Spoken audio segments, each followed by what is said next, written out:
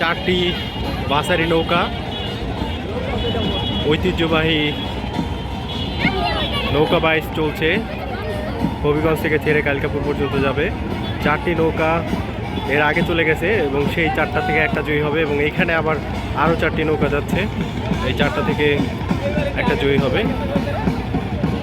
সুন্দর প্রদর্শনী চলছে, কি অসাধারণ। দুইটা সামনে হলুদ, ওরা আগের বারও প্রথম হয়েছে। এরপরে হচ্ছে এই যে নৌকাধারী, তারপরে এরা। তবে এই যে নীল পোশাক পরিহিত যারা, তারা আগেরবার দ্বিতীয় হয়েছিল কিন্তু এবার লাস্টে চলে গেছে। প্রতিটা নৌকা দৃষ্টিনন্দন, খুব সুন্দরভাবে সাজানো এবং প্রতিটা স্টেপ কি দারুণভাবে ফালায় তারা। অসাধারণ অসাধারণ।